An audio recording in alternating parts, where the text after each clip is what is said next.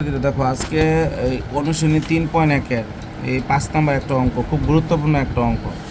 ঠিক আছে, এটা কিন্তু বোর্ড এক্সামে আসে এবং এটা কিন্তু খুব গুরুত্বপূর্ণ অঙ্ক। দেখো এই অঙ্কটা তোমরা সম্ভবত অষ্টম শ্রেণীতে করেছো, অষ্টম শ্রেণীতে মনে করছো।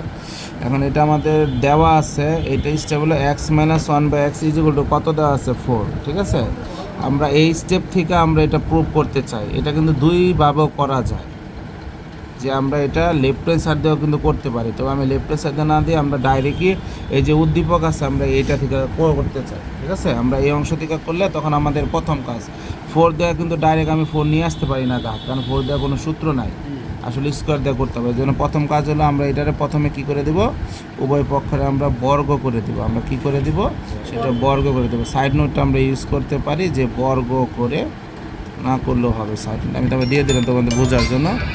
তারপরে আমরা কি করব, এটার আমরা সূত্র প্রয়োগ করব। আমরা কি করব, সূত্র। এখন যে সূত্রটা প্রয়োগ করবো, দেখো আমি তোমাদের এর জন্য আমি ডান দিকে লিখতেছি a-b² সাধারণ, যেটা বলি উৎপাদকের সূত্র। সূত্রটা কি a² - 2ab প্লাস কত b²। আমরা এই সূত্রটা এই জায়গায় প্রয়োগ করবো আমরা। এখন দেখো এর জায়গায় x আর b এর জায়গায় 1/x, তাহলে এই সূত্র যেটা প্রয়োগ করি ax² - 2ab প্লাস কত এই b² ইজিক্যাল টু কত, কত 16। ঠিক আছে, ইজিক্যাল টু কত 16। ঠিক আছে, এখন আমরা যে কাজটা করবো, এটাকে x², এটার আমরা কেটে দিলাম, কাটাকাটিতে যাচ্ছে -2 প্লাস 1/x²। দেখো আর ইজিক্যাল টু 16। দেখো এই জায়গাটা করার সময় আমরা x² প্লাস 1/x² আমরা এই পাশে রাখলাম, 16 প্লাস 2। দেখো আমরা কি করলাম, 16 তো আছে, -2টা ওই পাশে নিয়ে গেছি, প্লাস হয়ে গেছে। তাহলে হয় x² plus 1/x² is equal two কত 18। এটা কিন্তু ইজি।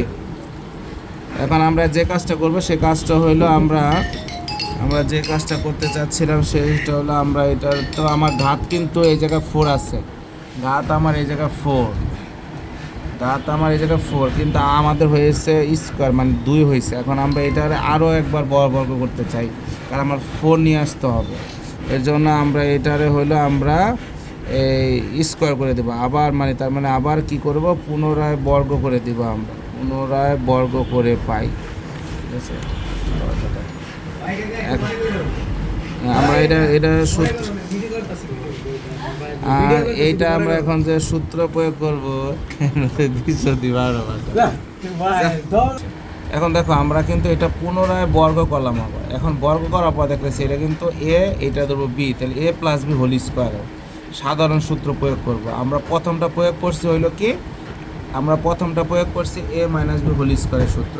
এখন আমি যেটা প্রয়োগ করব সেটা হলো a+b² সাধারণ সূত্রটা, a² প্লাস 2ab প্লাস কত b²।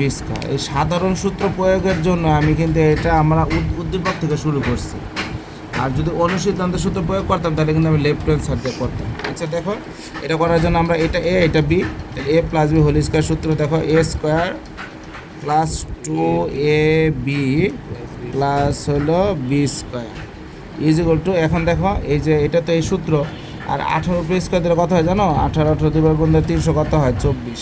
তাহলে x⁴ আমরা জানি পাওয়ার উপরে পাওয়ার দিলে পাওয়ার গুণ প্লাস, আর এই যে x² থাকে শুধু 2 প্লাস 1/x⁴ ইকুয়াল টু কত 300 কত 24। দেখো আমার তো উদ্দেশ্য করতে হবে x²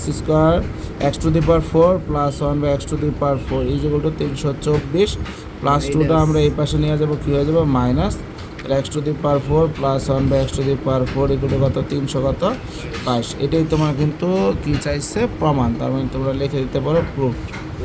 ঠিক আছে, খুব গুরুত্বপূর্ণ একটা অঙ্ক এটা।